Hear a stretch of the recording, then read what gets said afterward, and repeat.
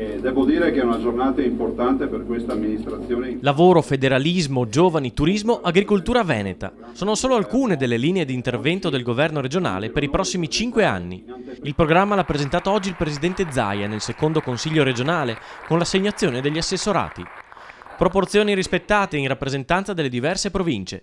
Così la Marca, oltre al presidente, conta anche Federico Caner, il neo-assessore al turismo, ma non solo. Assessore Federico Caner.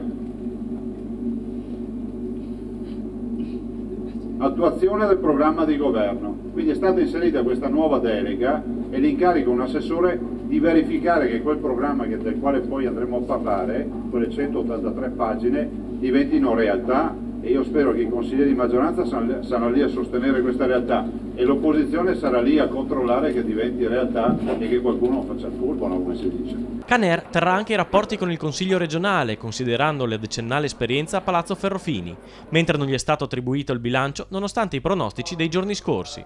Marca che, stando ad alcune voci fino all'ultimo, doveva essere rappresentata anche dall'ex sindaco di Altivole Silvia Rizzotto per l'assessorato al no profit e ai flussi migratori, poi assegnato alla bassanese Manuela Lanzarin. In 11 da oggi guideranno il Veneto per il prossimo quinquennio e, come una squadra di calcio, hanno davvero un campionato lungo e difficile da affrontare.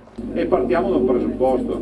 Noi sappiamo che dalla crisi non siamo usciti, sappiamo che la vera sfida è quella del lavoro.